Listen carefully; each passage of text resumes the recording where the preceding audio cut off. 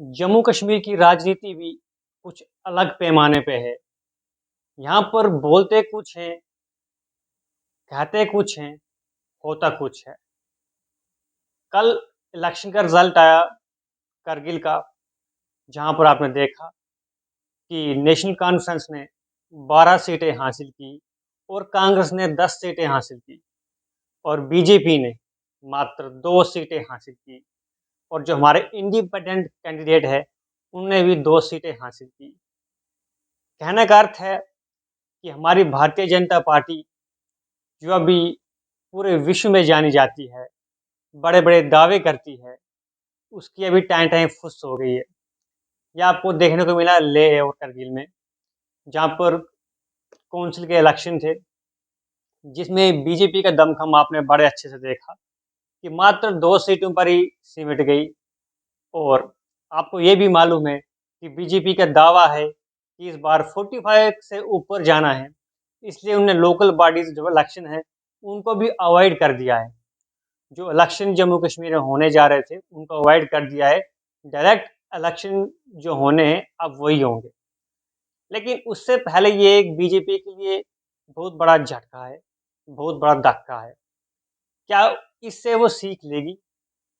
पहला सवाल तो ये। दूसरा सवाल ये कि जिस तरह की कंडीशन हालात इस समय जम्मू कश्मीर में चल रहे हैं बीजेपी को लेके, क्या बीजेपी 45 से पार जा पाएगी?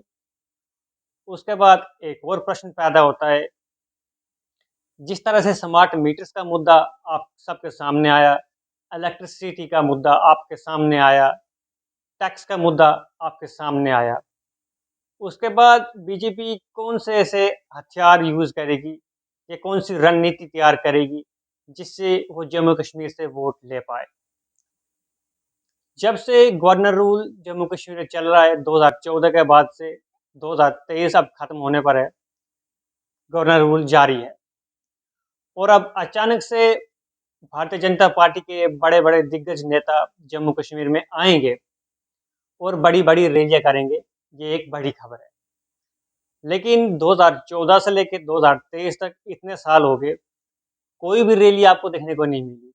लेकिन ये आपको दिखेगी क्योंकि अब इलेक्शन होगा, अब मुद्दे होंगे। मुद्दे कौन से होंगे? वो आपको मालूम ही है। मुद्दे हैं ही क्या हमारे भाई यहाँ पर? बेरोज़गारी बेरोज़गारी इतनी बढ़ गई है कि सबसे बड़ा मुद्दा तो अभी यही है।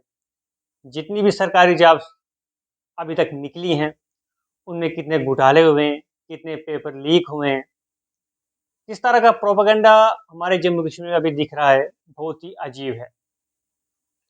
उसके बावजूद बीजेपी अपनी 45 सीट्स कैसे लाएगी, ये हमें देखने को मिलेगा। अगर बात करें यहाँ की जो रीजनल पार्टीज़ हैं, ये जम्मू कश्मीर की जितनी भी लोकल पार्टीज़ हैं या जो हमारी नेशनल पार्टीज़ में भी जो पार्टीज़ यहाँ पर हैं, वो अपना दमखम दिखाएँगी।